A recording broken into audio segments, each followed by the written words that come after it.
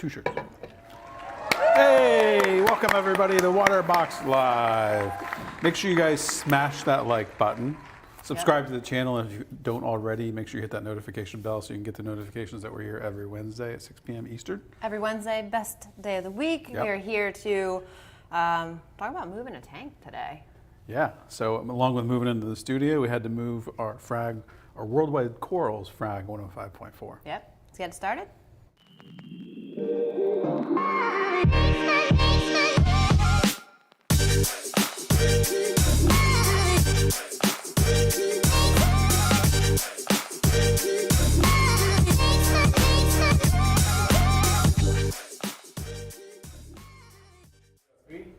All right, we are back. So we, of course, if you watched last week, revealed our new studio, nice large space, but along with that had to be moving an aquarium. We have the beautiful Frag 105.4 that was done with all worldwide corals coral, and that was at our headquarters. So that had to get moved over here, and that's what we're going to talk about today, is moving an aquarium. Yeah. I do want to mention too, guys, stick around till the end of the stream. Like always, we're giving away a little bit of Waterbox apparel. We have the Waterbox logo tees. We're giving away 2 of those, so make sure you engage with us, ask your questions. Ask your questions specifically about moving an aquarium and like the challenges you might see. Yes, absolutely. So it's a good time because a lot of people are really scared to even like think about the fact if I ever have to move my aquarium, like how do you do it? And there's a lot of horror stories because if you don't do it the right way, you are going to have a lot of problems. It can go badly. So we wanted to kind of put a guide together to show people how it can be done successfully and relatively easy if you follow the right steps. Yeah. I do want to mention too real quick, you guys, first of all, thank you for joining us today. We moved into our new studio last week. If you didn't watch that episode, you can go back after we're done here and check out that episode. We did a full tour of the new studio. So definitely check that out. It's pretty cool. It's way cool. Yes. Like it's awesome. It's very cool. It's huge. Extremely cool. Keenan, what's happening? You want to get ready? Yeah, let's get into it. I So thought guys, you had more points. I was like, no, I was that's just it. waiting. That's it. That's all I got. All right, let's go ahead and get right into it. Go ahead and cue the video. So yeah, we moved the tank. Yeah. So we're gonna play a video and kind of like talk through it of the process so you can see what we did to get the Frag to the new studio. Yeah, so you guys, sometimes you may find a need to move your aquarium, whether it's to a new home or a new position in the house. Today we're going to show you what's required and what you need to have on hand in order to make that move successful. We're moving a 105-gallon aquarium to our new studio. There's a few things you have to have on hand before you even get started. Main thing is you want to have some large bins, extra buckets, because it's going to be putting in water, rock, coral, and fish. You also want to make sure you have new sand, a good bacteria, plenty of nets and towels. The first thing we're going to do is shut down and remove all of the equipment on the aquarium.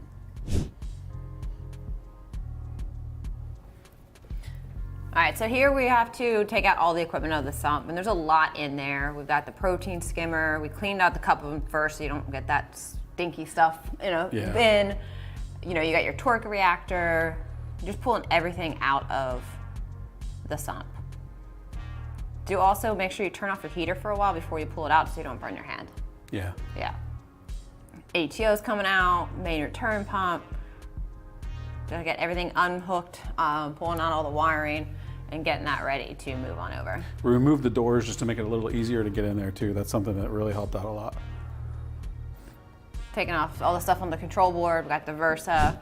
To drain the sump, we're going to use the Seche Ultra Zero pump. This is a great pump. It draws from the bottom, allows you to get the water super low. The rest we can use a wet vac or something like that to get it out. So this made it a lot easier to drain the sump because it's going to take the water all the way to the bottom. Versus when a sump, you can't really gravity siphon it out very well.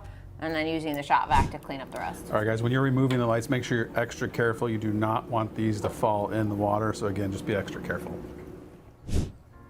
Yeah, definitely be really careful when you're taking these lights off because I know a lot of people that learn the hard way. They lose their Our next step warranty. is we're going to start draining water from the aquarium into your bins and buckets. This is where you're going to put your rock, corals, and fish.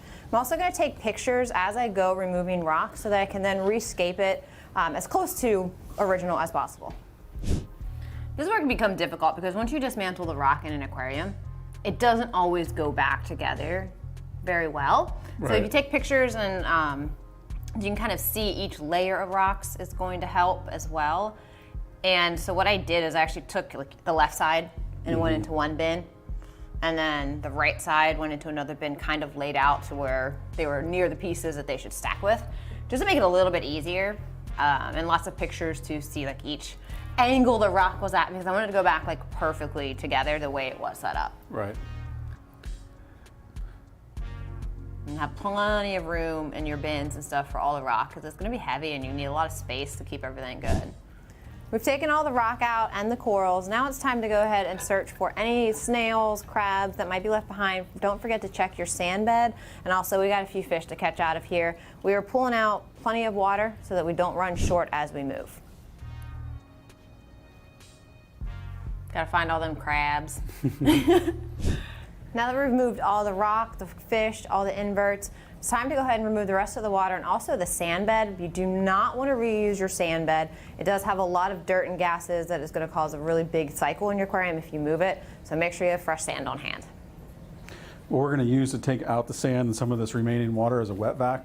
A wet vac's also a really good tool just to have on hand in general when keeping it in an aquarium. Yeah, so this helps it. Otherwise, you're kind of scooping it. You can scoop it into buckets. Really, either way. Now we got all the sand and water out. The next step is going to be take apart your plumbing. Do understand that there's water that's in the overflow box. Do you want to remove that? We're going to use the shop vac. And then when you're taking apart your plumbing, be really careful not to lose any of your gaskets or O-rings. Yeah, so there's a lot of gaskets and O-rings against the glass and in your unions. You lose those and it's not going to be, when it goes back together, it's going to leak. So be super cautious that you kind of account for all of them as you take it down. Lugging all this stuff into a truck. And also, along with plumbing, is in that overflow box, if your tank's been established for a while, there's gonna be sand, dirt, shells, all kinds of stuff that like builds up in the overflow box. I'm moving everything in here. And what I do is, as it's out, took a bucket of water and rinsed out the overflow box so that all that dirt and debris clears out. Yeah, flush If it you have out. dirt stuck there and you try to re-put those together, it's going to leak. Yeah, won't. they won't seal properly and you'll end up with leaks. It'll just be kind of a headache trying to get your plumbing back in. Yep. And here it is leveling the stand in the new studio. That's a very important part. Do not put tank on there until you've leveled your cabinet. Yeah, I don't want to mention too that the livestock you can see over in the right buckets. We did this, the move of the aquarium within a All right, matter we've got of the hours. aquarium here in its new home in Waterbox Studios, and we've got it all leveled up. And now we're going to start working on the plumbing. So we've started putting the plumbing into place, but before we complete that, we do want to do a leak test to make sure all your seals and gaskets in the overflow box are good. So we're just going to take a little bit of water, and we're going to pour it into the overflow, not into the pipes, but into the overflow. Enough to just get it water around the base, and check for any water coming out. All right, we finished the plumbing. It is now time for us to put some fresh new sand in here. Then we're gonna put the rock with the corals, start filling it as we go, and then put all the equipment back together. So we're using CaribSea Fiji Pink live sand. Very important in something like this to use a live sand because it's gonna help bring some extra bacteria into the system. When you remove your own sand bed, you do lose a lot of bacteria too. So you wanna keep the ecosystem as balanced as possible. Here's all our stuff just sitting in vats, just waiting. And here I put something for filling the water, like a sponge or something that's gonna break up the pressure of the water so it fills it a little bit less cloudy. Yeah. And now it's time to put the rock back in. Jess did a really good job with this AquaFX. So luckily there aren't that many pieces that we actually have to try to figure out where they were. Yeah. That's the great thing about the CaribSea Life Rock. You can kind of epoxy a number of pieces together. It makes it real easy to transport. Yeah, so it was nice because I think in total there's about 8 pieces of live rock, larger ones, that pulled out of here. And like I said, I put them in the bins appropriately to the side and kind of their orientation so that when I went to go put it back together, it's pretty easy. A little clownfish hanging out. And it went back together really well. It's like, I'd say almost exact, but I'm also, as I'm putting the water in, you see a lot of corals gonna be exposed, and I'm making sure to splash water on them regularly so they do stay wet and they don't dry out. So here it is, all finished. So we have the tank all set up. We've got the fish in, the corals, the rock. We've got the lighting set up. We're going to finish setting up the rest of the equipment tomorrow, but there's a few more things that Jess is going to explain that you need to consider when moving an aquarium. So no matter how smooth the process goes, you've used a lot of new water, you've brought new sand in, you've got to be cautious of your tank having any spikes or anything like that when you move it. So one thing you want to really do is make sure you're using a good bacterial supplement according to the directions, basically at full strength. And then you're going to put that in. A lot of bacteria are daily for a little bit. And we're going to do that. And then you're going to want to also feed your fish extremely lightly for the first week or so, and make sure you're testing the water every couple days just in case you're going to any ammonia or nitrite.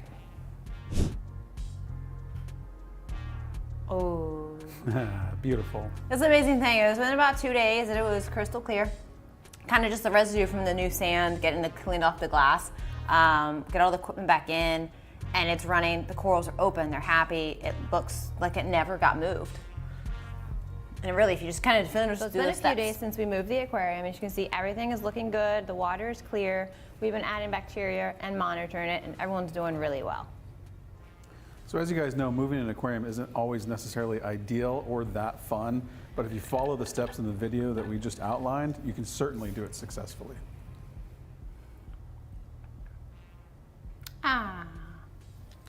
Crystal clear. Yes.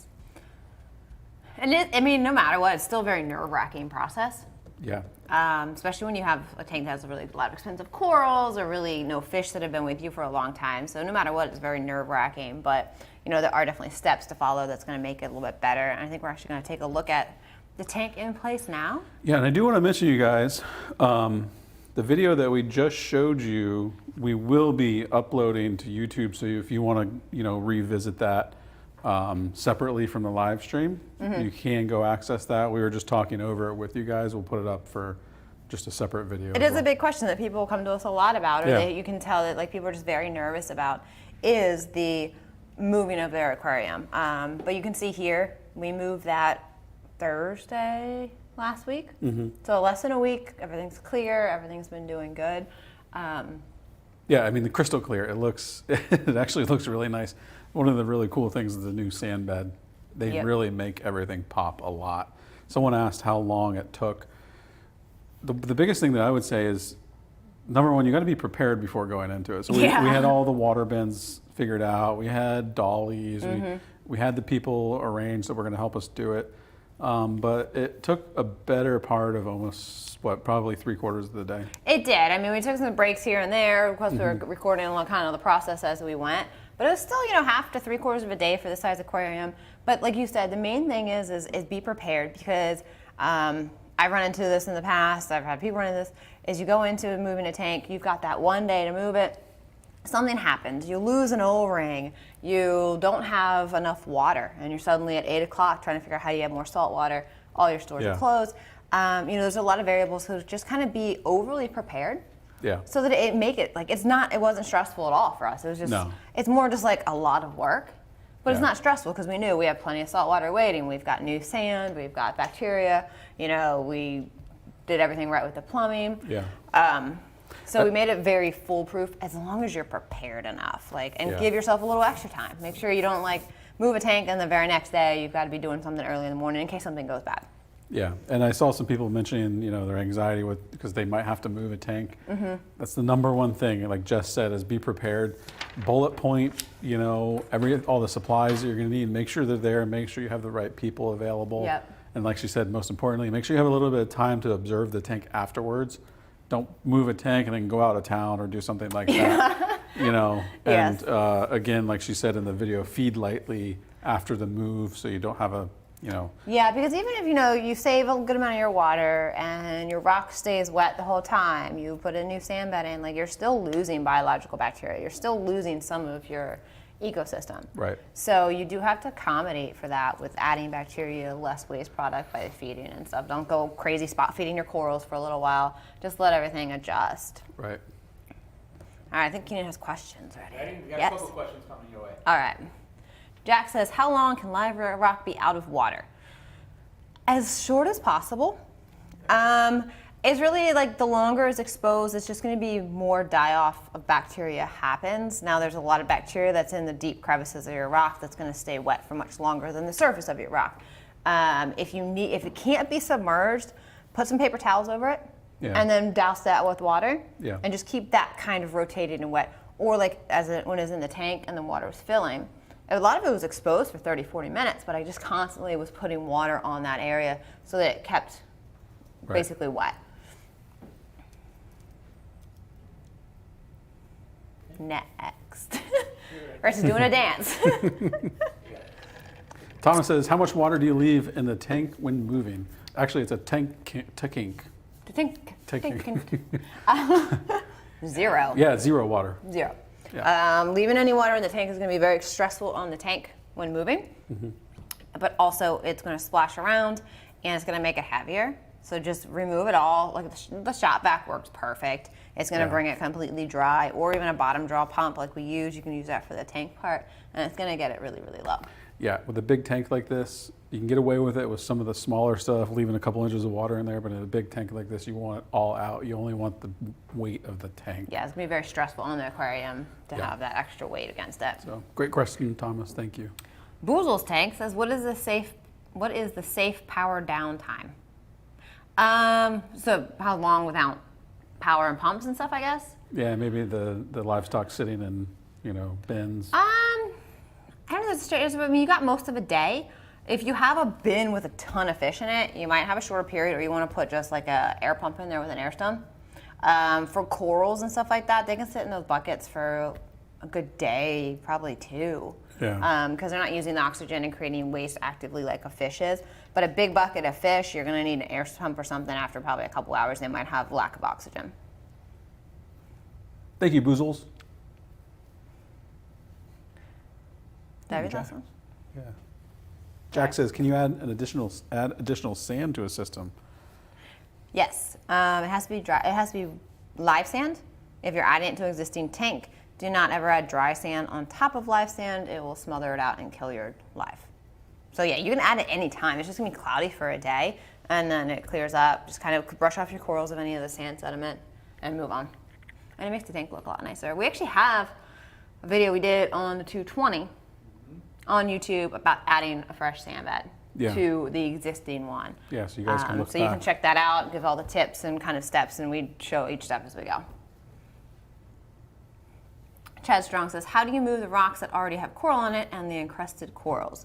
All the rock we moved in here has corals growing on it, attached to it, and I really just grabbed it in spots that didn't have coral, so I didn't smush anything. And we use those big bins. I mean, these bins are, they probably hold like 50 gallons of water if they were full. They're pretty big. Get bins appropriate to your rock size, and they just go straight in there. I mean, these are all covered with the worldwide corals, corals on it, and none of them had any issue. Now, obviously, if you guys move a tank that's much larger than the Frag 105.4, the larger it is, the more bins you're going to need. It gets a little bit more complicated. The bigger tank move is always going to be the harder to move.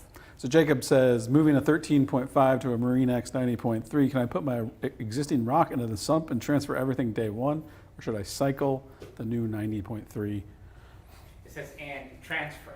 And transfer. Ideally, if you can, is to get the 90.3 cycling first and getting the new rock and stuff that you're going to use for that tank in there and established. Then move your existing livestock to kind of finish the transfer. If you had to do it in a pinch, yes, technically you can just move your live rock and inhabitants from the 13 gallon straight to the 90 gallon.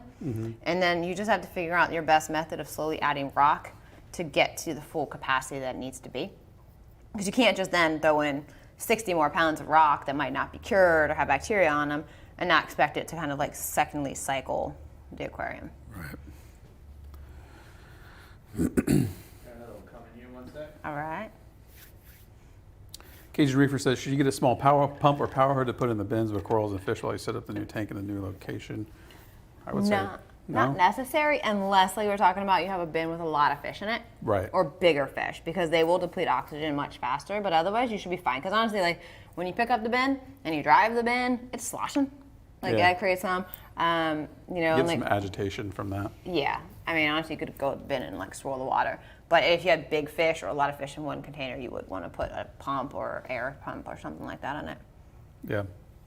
I do want to note too, you know, since we're in Florida, it was a little hot that day, so we made sure to transport them pretty quickly between the buildings, make sure they weren't sitting out in the heat for very long. Florida problems. Yeah. Hannah says, should you reacclimatize your corals to the light after a move? No, you're not really changing anything because they're only going away for a couple hours. They won't need any adjustment whatsoever. Just go back to regular old cycle and equipment and everything.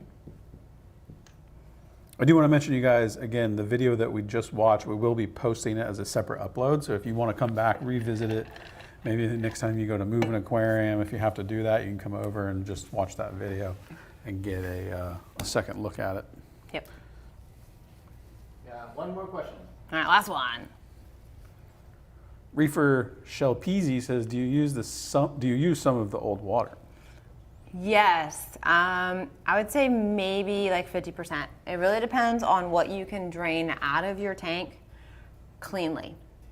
Yeah. So we put the water into the bins before we disturbed any rock. And then from there, once you start moving rock, you're gonna start kicking up stuff in the water. And that water is not really good to use anymore. So pull out what you need before you touch anything else in the tank, because it's still clean, it's still good. Once you start moving rock and taking apart equipment and stuff, you really don't want to use any of that. So I say maybe say 50%, have 50% clean, ready to go. And it's gonna look like a nice big water change. Yeah, good deal. All right. I think that was a lot of information. It was really good. 2 shirts. Two We're shirts. giving away 2 shirts. I do want to mention, because nobody knows yet, that Do I know? yes, you do, Surprise! Kaden. We will be live tomorrow at 1 p.m. Eastern. What? We are I know. adding a secondary show for this wonderfully large, extremely large reef aquarium to our left. So if you guys are around, tune in tomorrow at 1 p.m. It's actually a show you don't want to miss. Yeah, so we got a lot going on. We showed the Reef LX the last week with the new studio reveal. Huge build, big tank, the biggest. So it gets its own special day because it's that big of a build. So we chose Thursdays, 1 o'clock. We'll be here live. Get on your computer while you're working, sneak on in. Lunchtime, Lunchtime, yeah, pretty close to lunchtime. depending on where you're at. And we've got a huge, amazing build going for that. But you got to tune in tomorrow to learn a little bit more about what we're doing with that. Yeah, guys, you really do not want to miss out on that.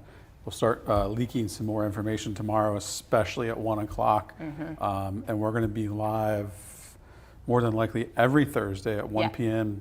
just doing this series with the Reef LX 320.7. So if you ever thought about getting a bigger tank, this is going to be your motivation so we can kind of walk you through the steps. If you don't want to get a bigger tank and you just want to watch how awesome of a process it is and see it come to life, either way, definitely check it out. And you might have a chance to win something. What? Just saying. Just saying. But More you got to than tune shirts. in. You got more than shirts. You got to tune in tomorrow to learn about that. So that's pretty cool. 2 days a week. I We'll be know. here. Get more of us. See, new studio. We already told you, new studio means more shows, more content. This is week 2 and we're already on it. Yep. You have no idea what's coming over the next year or two. So Yeah, it's going to be awesome. I guess we're giving away shirts, right? Yes? All right, drum roll. Got the drums. Winners are Jack Pavelka. Nope. Pavelka. Pavelka and Hannah Fan. Congratulations. Email support@waterboxaquariums.com and give them your information. They will get you hooked up with your shirt. And we'll be here tomorrow, but for this show, next week. Yeah, we'll be here tomorrow at 1 p.m. Eastern. Next week And we then start next a new week- build. We do. Woo. You guys don't know about that either. We got builds going on all over the place. We got all this space. We got to do something with it, okay? Yeah, so you definitely want to tune in tomorrow for the LX build, next Wednesday for a new build for Waterbox Wednesday. We've got a lot going on. Make sure you guys smash that like button. Subscribe to the channel if you haven't already. We'll see you next week. See ya. Thank you all for watching. Make sure you smash that like button, subscribe, and hit the notification bell. Remember, you can visit us online at waterboxaquariums.com. We're live every Wednesday at 6 p.m. Eastern Standard Time. Thanks for watching. See you next week.